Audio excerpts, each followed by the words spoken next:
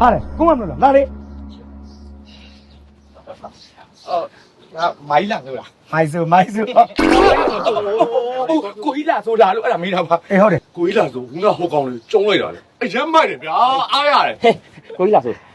ဆိုပါလေကိုရက်ကွက်သားတွေကိုထိလို့ရှိရင်လုံးဝမခံဘူးနော်စိတ်တက်ကလေးစားဖို့ကောင်းလိုက်တာဗျာ ငါအပိုင်သားတွေဆိုအရန်ချစ်တာကွာဒီမောင်မင်းတို့ငါတကားမလို့မင်းတို့ပြန် အော်ကျွန်တော်တို့ကလည်းဒီရက်ကွက်ထဲရပါပဲကျွန်တော်တို့လည်းဇိုးတွေပါပဲ ဇိုးဟာမလုံးတော့ဟိုသူကနည်းနည်းပဲသူ့လားအခွက်တာသူ့လားငါ့ကိုချုပ်တယ်ငါ့ကိုချုပ်တယ်ချုပ်တာမဟုတ်ပါဘူးလက်လုံးမှဆိုလို့ကကြပြောဟာဟဲ့ကုန်းလာပါလား အော်ကျွန်တော်တို့ကိုမစားဘူးဗျာ ဟမ်ဘာဖြစ်လို့လဲယွန်းလို့ပေါ့ရွှေပြပြအောင်ကောင်းလို့မစားတာဆွဲသွားမှဆိုလို့ ဘာရင်ကောင်းရောပြီလား ကြပြောဘာလဲအဲ့ဒါဘာလဲပြော ဟုတ်ဒီလိုပါညီကိုလိုသဘောထားလို့လေ